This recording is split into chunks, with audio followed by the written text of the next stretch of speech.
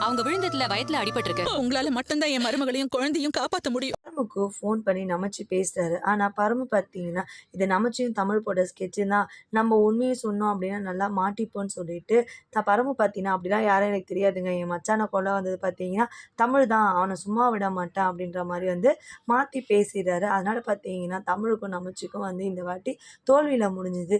சரின்னு சொல்லிட்டு வீட்டுக்கு வந்து பார்த்தா, அந்த டைம்ல வந்து சரஸ்வதிக்கு வந்து வயித்த வலி வந்துருது. பிரசவ வலி வந்துருச்சுன்னு சொல்லிட்டு ஹாஸ்பிட்டல்ல வந்து அட்மிட் பண்றாங்க. ரொம்பவும் கிரிட்டிக்கான சிச்சுவேஷன்ல இருக்காங்க. தாயும், புள்ளையும் வந்து காப்பாத்த முடியாது. 2 பேருமே இறந்துருவாங்க அப்படின்ற மாரி சொல்லிடுறாங்க. சரின்னு சொல்லிட்டு ராகினிக்கு ஃபோன் பண்றாங்க அந்த டாக்டரே. ஃபோன் பண்ணதுமே தமிழோட ஒய்ஃப் இந்த மாரி சரஸ்வதின்றவங்க குறப்பிரசவ வலியோட வந்து அட்மிட் ஆயிருக்காங்க ஹாஸ்பிட்டல்ல. நீங்க தான் வந்து ட்ரீட்மெண்ட் பார்க்கணும் அப்படின்ற மாரி சொல்லிடுறாங்க. சரின்னு சொல்லிட்டு ராகினி வந்து ஒத்துக்கிறாங்க. ஆனா அர்ஜுனோட அம்மா பார்த்தீங்கன்னா, அர்ஜுனோட நிலைமைக்கு உங்க அண்ணன் தான் காரணம். கண்டிப்பா அவனுக்கு குழந்தை பொறக்கக்கூடாது. நீ வந்து சரியான ட்ரீட்மெண்ட் அவங்களுக்கு குடுக்கக்கூடாது. ஏதாவது ஒரு உயிர் போணுன்ற மாரி சொல்லிடுறாங்க. ராகினி அங்க சரின்னு சொல்லிட்டு வந்துட்டு ஹாஸ்பிட்டல்ல எல்லாருமே பார்த்தீங்கன்னா, ராகினிய கையெடுத்து கும்பிடுறாங்க.